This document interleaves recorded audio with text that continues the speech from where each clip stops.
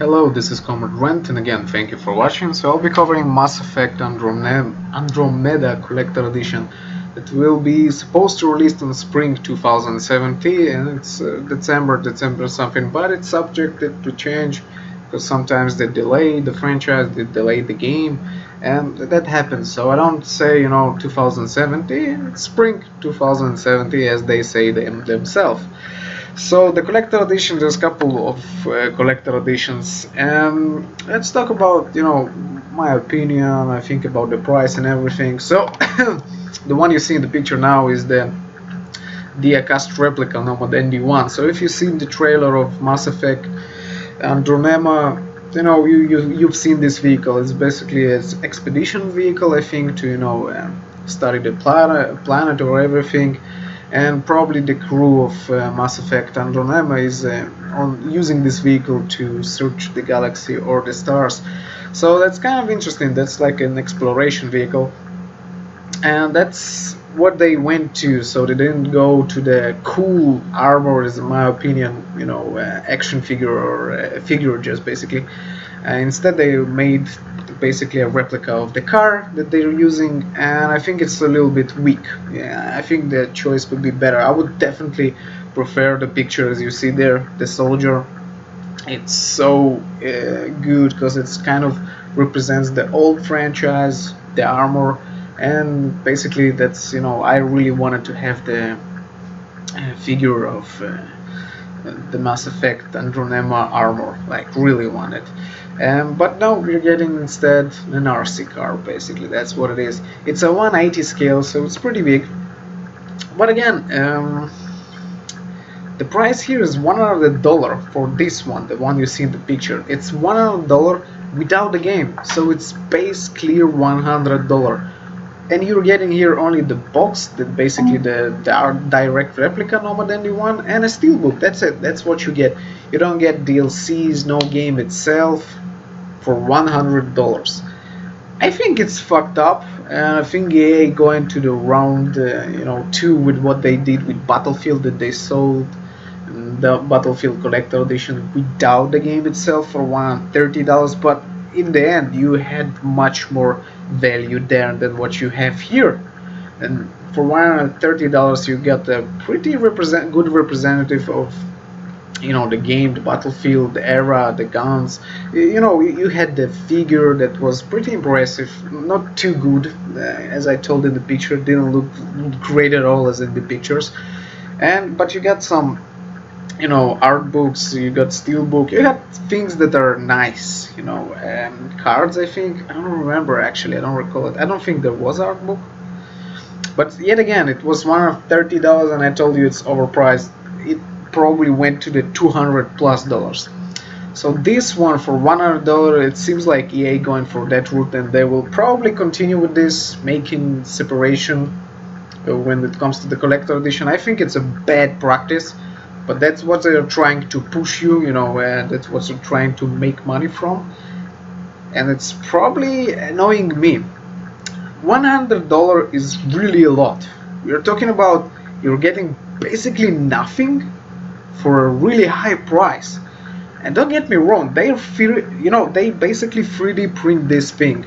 Like if you see in the picture, that's how it looks. A 3D printer, in that high quality and caliber as this collector edition, printing this thing isn't expensive. We're definitely not in the range of $100. Even printing the box and giving you the steelbook ain't close to $100. I think it's ridiculous when they come and say the price tag is $100 for a 180 scale 3D printed vehicle. I would understand if they had a figure. I would probably go for a figure, but I'm definitely not going for this RC car because it's overpricing and it's really boring. It's not a good representative of the game. It's like, okay, even if the game suffers, this vehicle actually already loses its value. Even if the game is really great and good, it still doesn't have, nobody gonna come to my house, see this vehicle and say, oh yeah, like NASA. Probably they will say, oh, cool space vehicle, or you like NASA or stuff like that. It's not a great representative in my opinion. and $100 is expensive for an RC card. It's not figure, it's just a printed RC card. So as you see in the picture here, that's how it looks. It looks good, don't get me wrong. And another collector edition that they're trying to push you through your throat is basically a $200 collector edition. The difference between this one and the old one, this one is actually usable. So the one that you've seen for $100, it's basically a figure of a car. It's not even an RC car, it's not moving, it's just a replica. This one for $200, a remote control Nomad ND1 that speaks through probably through Bluetooth with your iPhone or your phone or an Android or whatever you want. Same size. The only difference here, you have control of the six wheels. You have a front air movement, pretty much like a regular RC car. You have a built-in camera and some LED lights. As somebody that actually built these kinds of machines when I was doing my young engineering, I think it's young engineering, I don't know how it calls in America, but basically I did 2 more classes, like for 2 years, and I got a young engineer in mechatronics. So what I built it was a glove that electronically, remotely controls with my hand movement 2 RC cars. So when I built the RC cars, I actually had experience with Bluetooth and shit like that. And let me tell you, that's definitely not in the price of the $200. Like, it's kind of weird. The LED systems, every LED is like, I don't know, half a cent. A LED system, that's LED. That's not a good, strong light. That's a LED lighting. They're not expensive. It's just basically a diode. LED is kind of a diode with resistance. And what you're getting, you probably need a processor here and a Bluetooth communication with the iPhone. So the iPhone comes already with it, only you need just a transmitter and receiver, but that's not a problem. Every Bluetooth is basically a transmitter receiver, and Bluetooth for them to build is probably $10 because it's inner Bluetooth and it's not crazy. The only thing expensive in this that it actually has a cameras that you can use on your phone and take pictures and videos. So yeah, okay, camera, but this is not a GoPro camera. That's probably, they're gonna be using a pretty shitty camera, like, phone camera that costs probably $20-30. So, combine this and, today there's a lot of, motherboards, basically processors that are costing like $10-15. They're not expensive as they used to be to create some gadgets like RC cars and things like that. So we're talking about the range of maybe $70 to create, but that's for you. For a company, they probably be paying it for like $40 and things like that. And developing an application for this thing is just a joke for somebody that knows programming. So it's kind of weird that they're putting it so high pricing. And I mean, $200 is close to a phone. Like, that's crazy. You're getting something that is not that strong representative of Mass Effect. And damn, I remember how I wanted the Sideshow collectible of Shepard. Damn, I so wanted it, but I missed it because I didn't start collecting at that age. And I missed it, and I'm really sorry because it was really cool and it was amazing representative of Mass Effect. Even if I had it like now, the Shepard statue, that I could actually take down the helmet and put the helmet from Mass Effect, and you have the same thing. And it was really cool, and it was a great representative of a franchise. This one, I don't know, it's not really strong representative. The price tag is $200. That's close to, there's soon to be Black Friday, and Xbox One with Gears of War costing $250.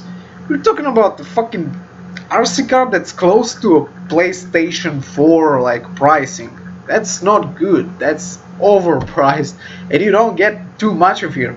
Things like that, you're gonna be playing it probably, a couple of days, excited, that's cool, and things like that. But I don't think everybody we don't even know what games will be at that, spring of 2017. Maybe there will be really good games, something really, really good. And maybe that will suffer, some game, because like we had this year in October that I told basically everyone, Battlefield Titan, a lot of games, you don't have that much money, you know, as a person to buy every collector edition there is, and putting in a $200 price tag, I think it's kind of ridiculous because it's not costing to make it. It's 3D printed, that's for sure. Like, nobody already does it differently. It's 3D printed. You can see even, you know, the photos itself here. That's basically what it is. If you want a 3D printed, just copy this. This is a made model. So you're getting this, and for $200, I mean, it's crazy. And I definitely put it in overpricing. I'm gonna buy the game, and the game they split. Fuck, I hate EA. Like, fuck. I know they do Battlefield 1 in my opinion as a game, fucking solid, strong.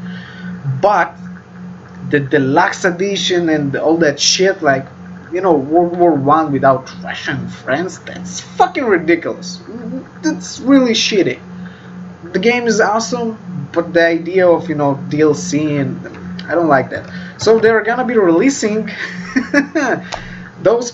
It's a 200 collector edition without the game. Just reminder. So if you wanna have the game with the deluxe edition, and it's $300. The standard edition is $60. There's a deluxe edition that is $70. What you get there is basically inner DLC, nothing more. It's not a steelbook, it's an inner DLC. You can have a super deluxe edition that basically gives you DLC, but in addition it gives you a multiplayer online DLC in this game. So what you're basically paying and where the value holds is digitally. Everything that is digital never holds the value. Just fucking remember that. If it's, you know, digital and non-unique, if everybody have the access to buy it, it's not digitally. You know, it's lose value. If it's, let's say, somebody that we say only a collector edition gets this cute, amazing, you know, outfit or things like that, it can hold value if the game really successful and continues building on top of it. But here you're just basically getting some outfits, and it's a more single player game. It's not really a strong multiplayer game. So I don't see here a holding value as digitally. And for that, if you want to have all the collector edition and super deluxe edition, it's $300, and that's a PC. That's basically a console. You can buy a full console with a game for this price, and I think it's shitty, and I think it's overpriced.